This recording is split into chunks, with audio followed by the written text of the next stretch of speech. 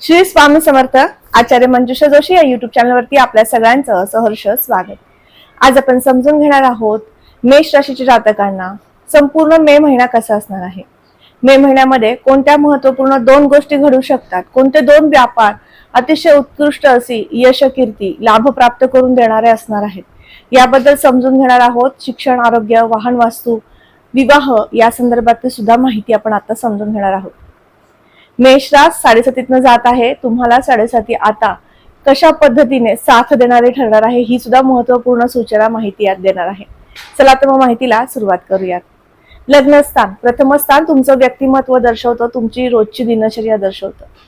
लग्नस्थानाचे मालक मंगळ यांचं गोचर हे 12व्या घरातनं 11 मे पर्यंत होईल. तदनंतर मंगळांचं गोचर प्रथमातनं होईल. मेष राशीतनं रवींचं गोचर 15 मे पर्यंत आहे. त्यामुळे नेतृत्व गुण संपन्न तुम्ही मेच्या 15 तारखेपर्यंत तुम्हाला रवी करतील. तदनंतर मंगळ तुम्हाला जे काही तुम्ही एखाद्या गोष्टीसाठी नेतृत्व करता, एखाद्या कार्यासाठी, ते कार्य सातत्याने तुमच्याकडनं पूर्ण करून घेतील.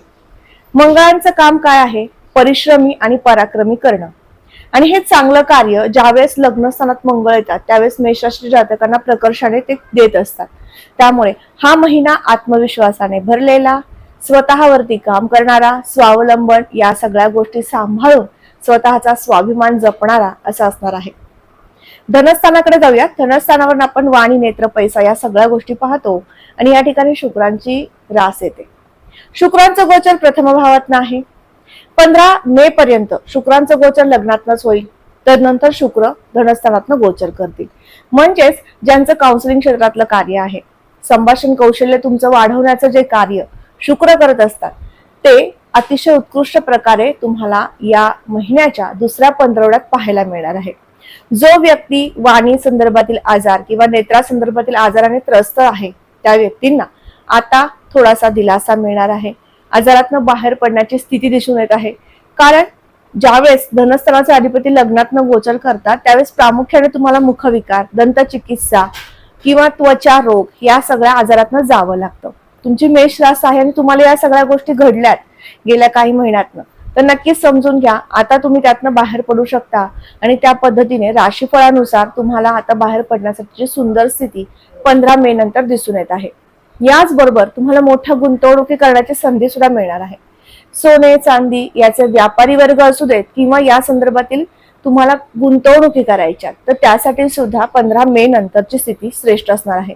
ही झाली महत्वपूर्ण प्रथम सूचना, जी तुम्हाला सांगितली की या महिन्यात दोन महत्वपूर्ण कार्य तुम्हाला हाती घ्यायची आहेत. त्यातलं हे सर्वात प्रथम कार्य तुम्ही हाती घेणार आहात. या महिन्यात मोठ्या गुंतवणुकी 15 मे नंतर करणार आहात. शेअर मार्केट, ट्रेडिंग या संदर्भातली कामे तुम्ही करता तर नक्कीच तुमच्यासाठी सुद्धा 15 मे नंतरची स्थिती उल्लेखनीय अशी उत्तम असणार आहे. तृतीय स्थानाकडे जाऊयात. तृतीय स्थानामध्ये मिथुन रास येते. बुधांचं गोचर शनियुक्त 12व्या घरातनं होत होतं. बुध या महिन्यामध्ये 14 तारखेनंतर राशीपत्रिकेतील प्रथम भावातनं गोचर करतील. मंगळाच्या युतीमध्ये, शनीच्या युतीमध्ये बुधांचं गोचर होतं आणि त्यामुळे काही अंश तुमची कार्याला विलंबता होत होती. अधिक परिश्रमी तुम्ही होत होतात.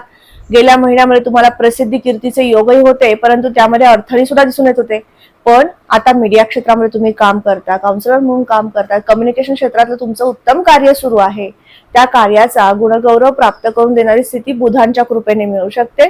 या ठिकाणी मंगळांची चतुर्थ दृष्टी येत आहे. त्यामुळे पहिला पंधरवडा यासाठी श्रेष्ठ नसून दुसरा पंधरवडा अतिशय श्रेष्ठ असणार आहे. पहिले 11 मे पर्यंतची जी स्थिती आहे ती मात्र तुम्हाला थोडंसं स्ट्रगल दर्शवते. या महिन्यामध्ये भावंडांचं सौख्य मिळेल, परदेशात, परराज्यामध्ये जाण्याची संधी प्राप्त होईल, प्रवासातनं तुम्हाला आनंद प्राप्त होऊ शकतो. हेही चांगलं कार्य गुरु या ठिकाणी असल्यामुळे आणि त्याचबरोबर यावरती पापग्रहांची दृष्टी नसल्यामुळे होणार आहे 11 मे नंतर. त्यामुळे प्लॅनिंग करताय, पर्यटनाची संधी उपलब्ध होतीये, प्रवासाचं नियोजन सुरू आहे डोक्यामध्ये. निश्चित करा या महिन्यात प्रवास उत्तम घडू शकतो. राशीपत्रिकेतील तिसरं घर हे प्रसिद्धी, कीर्ती, पराक्रम, परिश्रम या सगळ्याने भरलेलं जसं आहे तसंच या स्थानावरनं आपण आपल्या कामाच्या ठिकाणचे कलिग्स मंडळी यांच्यासोबतचा स्नेहभाव पाहत असतो आणि या महिन्यात तो स्नेहभाव वृद्धिंगत झालेला दिसणार आहे. त्यांच्यासोबत तुम्ही जुळून घेऊ लागाल.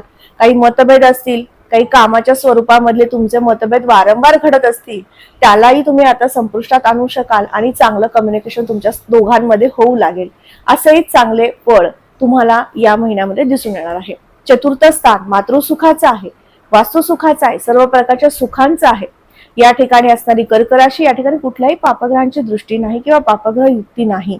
त्यामुळे हे घर तुम्हाला वास्तू आणि वाहनाचं सुख प्रदान करून देण्यासाठी श्रेष्ठ उत्तम कालावधीचा हा मे महिना ठरतो. या महिन्यामध्ये तुम्ही बुकिंग करू शकता किंवा तुमचं राहतं घर तुमच्या पोझिशन तुम्हाला मिळणार आहे. तर या महिन्यामध्ये तुम्ही वास्तू शांत किंवा तिथे राहण्यासाठी गृहप्रवेश वगैरे करून जाण्याची जी काही इच्छा असेल त्या सगळ्यांना सांगू इच्छिते. या महिन्यात तुम्ही नियोजन करायचं आहे. उत्तम कालावधी तुमच्यासाठी असणार आहे. वास्तू खरेदीसाठी, वाहन खरेदीसाठी जसे आपण राशीफळानुसार माहिती घेतो त्याच पद्धतीने तुमच्या जन्मलग्न कुंडलीनुसार सुद्धा आपण एक योग्य मर्यादेचा काळ काढू शकतो आणि तो तुम्हाला हवा असेल तर त्यासाठी खाली व्हॉट्सअप नंबर दिलेला आहे, त्यावरती तुम्ही संपर्क साधू शकता. मातृसुखासाठी आणि सर्व प्रकारच्या सुखासाठी हा महिना उत्तम आहे. तसेच शैक्षणिक क्षेत्रामध्ये काम करणाऱ्या सर्व वर्गाला सुद्धा उत्तम कालावधी दर्शवतो. या महिन्यामध्ये तुम्हाला शिक्षणामध्ये उत्तम यश मिळू शकतं. याचं सगळ्यात प्रमुख कारण म्हणजे काय तर तुमच्या लग्न भावामध्ये असणारे रवी, ज्यांच्या स्पर्धात्मक परीक्षा सुरू आहेत किंवा होणार आहेत या मे महिन्यामध्ये असतात तर त्या वर्गाला सांगू इच्छिते तुम्हाला उत्तम कालावधी आहे. स्पर्धा परीक्षेची तयारी तुमची उत्तम होऊ शकते आणि यशही येऊ शकतं.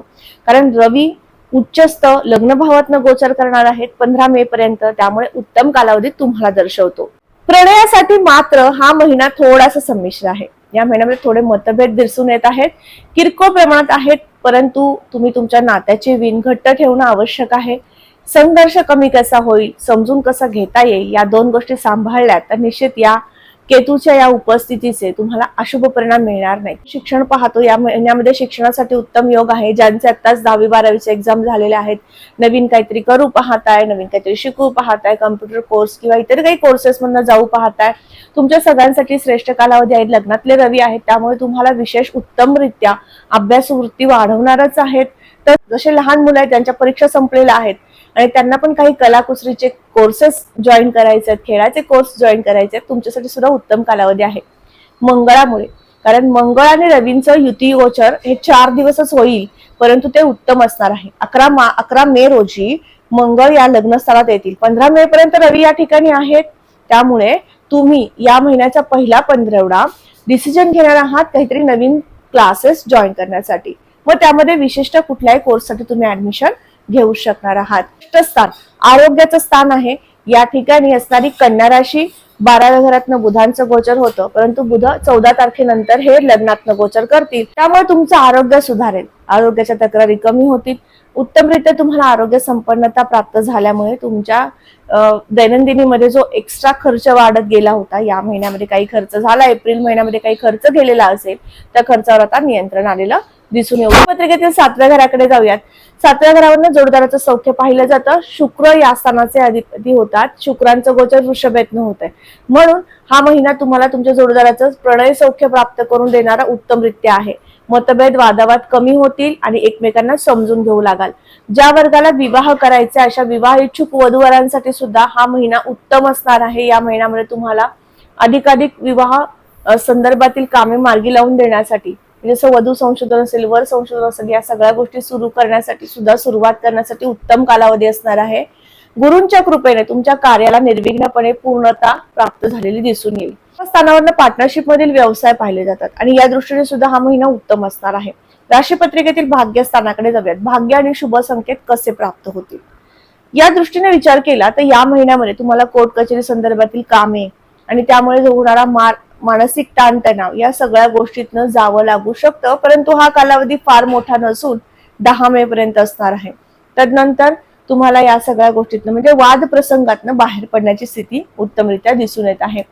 याचबरोबर शुभ संकेत कसे येतील तर सगळ्यात प्रथम शुभ संकेत जो सोने चांदीचा व्यापारी वर्ग आहे, कॉस्मेटिक, रबर, संगणक क्षेत्रा संदर्भातील व्यवसाय करणारा जो वर्ग आहे, याच बरोबर लोखंडा संदर्भातील व्यावसायिक वर्ग जो आहे यांच्यासाठी श्रेष्ठ आणि उत्तम कालावधी दिसून येत आहे. यांनी मोठ्या गुंतवणुकी करणं अतिशय उत्तम ठरू शकेल. त्यांच्या दृष्टिकोनातून व्यवसाय वाढीसाठी ज्या ज्या गोष्टी त्रुटी आपल्या व्यवसायात आहेत त्या सगळ्या दुरुस्ती करणं किंवा त्या सगळ्या ऍड करणं, नवीन मशिनरी किंवा नवीन व्यवसायासाठीच्या काही संकल्पना डोक्यात आहेत त्या अंमलात आणणं, या सगळ्यांसाठी हा महिना श्रेष्ठ आणि उत्तम आहे. या पद्धतीने तो तुम्ही डिझाईन करायचा आहे की या महिन्यामध्ये हे कार्य मला मार्गी लावून घ्यायचे आहेत. मनापासून त्या कार्यासाठी तुम्ही जर प्रयत्न केले तर दिलेले हे जे राशीफळ असतं ते तुम्हाला तंतोतंत जुळतं आणि तुमच्या आयुष्यामध्ये ते परिवर्तन करण्यासाठी मदत करत असतं. आपण आता समजून घेतो ते तुमच्या राशीनुसार, तुमच्या जन्मकुंडलीनुसार नाही. त्यामुळे राशीफळाचा तुमच्यावरती परिणाम होत असतो तो तुमच्या दिनचर्येमध्ये काय फेरबदल करावेत हे समजून घेण्यासाठी. आणि ते तुम्हाला सांगितल्याप्रमाणे जर तुम्ही फेरबदल करू शकलात तर निश्चित तुम्ही सुद्धा उत्तमरित्या काम करू शकता, नैराश्यातनं बाहेर पडू शकता, उत्तम कार्य करून तुमच्या जीवनामध्ये एक चांगला प्रवास तुम्ही करू शकता. आयुष्य आनंद उपभोग घेण्यास सुद्धा तुम्हाला उत्तमरित्या फळ प्राप्त करून देणारी स्थिती निर्माण करून घेऊ शकता. त्यामुळे निश्चिंत राहा, सांगितलेल्या उपासना करा. व्यावसायिक वर्गाला सांगितल्याप्रमाणे ज्यांचा उष्ण पदार्थ खाद्यपदार्थ संदर्भातील व्यवसाय आहे, टुरिझम संदर्भातील व्यवसाय आहे, अशा वर्गाला सुद्धा श्रेष्ठ आणि उत्तम कालावधी असणार आहे. तुम्ही सुद्धा तुमच्या कामाची गती वाढवू शकणार आहात. लग्नातील मंगळ हे करून देतील आणि 12व्या घरातील शनी यांच्या कृपेने तुम्हाला या सगळ्या व्यवसायामध्ये उत्तम श्रेष्ठ असे यश प्राप्त होणार आहे. लाभात राहू आहेत, लाभातले राहू तुम्हाला लाभ प्राप्त करून देत आहेत. डिजिटल मार्केटिंग संदर्भातील ज्ञान वाढवतायत, तुम्हाला त्या क्षेत्रामध्ये काम करण्यासाठी प्रवृत्त करत आहेत. मीडिया क्षेत्रामध्ये तुम्ही काम करताय, तुम्हाला सुद्धा नावलौकिक प्राप्त करून देत आहेत. परंतु या मिळणाऱ्या छोट्या संधी असतात, त्या संधीचं सोनं तुम्हाला करायचं असतं आणि ते जर तुमच्या लक्षात आलं, ते जर मला करता आलं तर निश्चित तुम्ही उत्तमरित्या कार्य करून सक्षमपणे तुमच्या जीवनातील चांगल्या गोष्टी तुम्हाला साध्य करून घेता येऊ शकतात. राशीपत्रिकेतील 12वं घर खर्चाचं आहे, परदेशात जाण्यासाठी आहे, व्यसनाचं सुद्धा आहे. या महिन्यामध्ये थोडंसं व्यसनावरती नियंत्रण ठेवायचं आहे. ज्यांना कुठल्याही मादक पदार्थाचं व्यसन आहे त्या वर्गासाठी ही सूचना असेल. तसेच या महिन्यामध्ये 11 मे पर्यंत 12व्या स्थानातनं शनियुक्त मंगळांचं गोचर आहे. मंगळ शनी हा विस्फोटक योग 12व्या स्थानातनं जेव्हा असतो त्यावेळेस मादक पदार्थाचं व्यसन तुम्हाला त्रासदायक ठरू शकतं. तुमच्या आहारावरती खूप मोठे परिणाम पण ते निर्माण करून देऊ शकते आणि त्यामुळे तुमची तब्येत बिघडू शकते. म्हणून खूप काही गोष्टी यामध्ये सुधारणा बदल करायच्या आहेत त्या या सगळ्या. तसेच आता आपण उपासनेकडे जाऊयात. महिन्यात उपासनेचं माध्यम तुम्हाला निवडता आलं तर निश्चित तुम्ही तुमच्या जीवनाला उत्तम आकार देऊ शकता. तुमच्या जीवनामध्ये जो काही नैराश्याचा भाग आहे तो टाळू शकता. मग काय कराल उपासना? तर सगळ्यात मोठं, लग्नस्थानामध्ये मंगळांचं गोचर होत आहे. मंगळ तुम्हाला नेतृत्व गुण संपन्न करतील, पराक्रमी करतील. गणपती स्तोत्र वाचन करा. तसेच तुमच्या जोडदाराचं सुख, प्रणय सुख प्राप्त करून घेण्यासाठी सुद्धा तुमच्या कुलदेवतेचं नामस्मरण करणं मोठ्या गुंतवणुकी आणि त्याचबरोबर आर्थिक व्यवहार उत्तमरित्या संपन्न करून देण्यासाठी लाभदायक ठरेल. मग कुलदेवतेचं नामस्मरण म्हणजे तुम्ही कुलदेवतेचा जप करू शकता, कुलदेवतेचं दर्शन या महिन्यात जास्तीत जास्त घेऊ शकता. तसेच दररोज तुम्ही नित्य उपासनेमध्ये जशी नित्य सेवा करतो, देवाची पूजा आपण करत असतो, त्या पूजेमध्ये सुद्धा तुमच्या कुलदेवतेचं नामस्मरण किंवा श्री सूक्ताचं पठण करू शकता. याने सुद्धा तुम्हाला शुक्राचे अधिकाधिक चांगले फळ प्राप्त करून घेता येऊ शकतात. आज आपण समजून घेतलं मेष राशीच्या जातकांना संपूर्ण मे महिना कसा आहे, या महिन्यात कोणत्या गोष्टीचं नियोजन करायचं हे समजून घेता आलं. तर असाच पुन्हा महत्वाचा माहितीचा व्हिडिओ घेऊन येणार आहे. तोपर्यंत तुर्तास आपली आता रजा घेते. श्री स्वामी समर्थ. जय जय स्वामी समर्थ. रामकृष्ण हरी.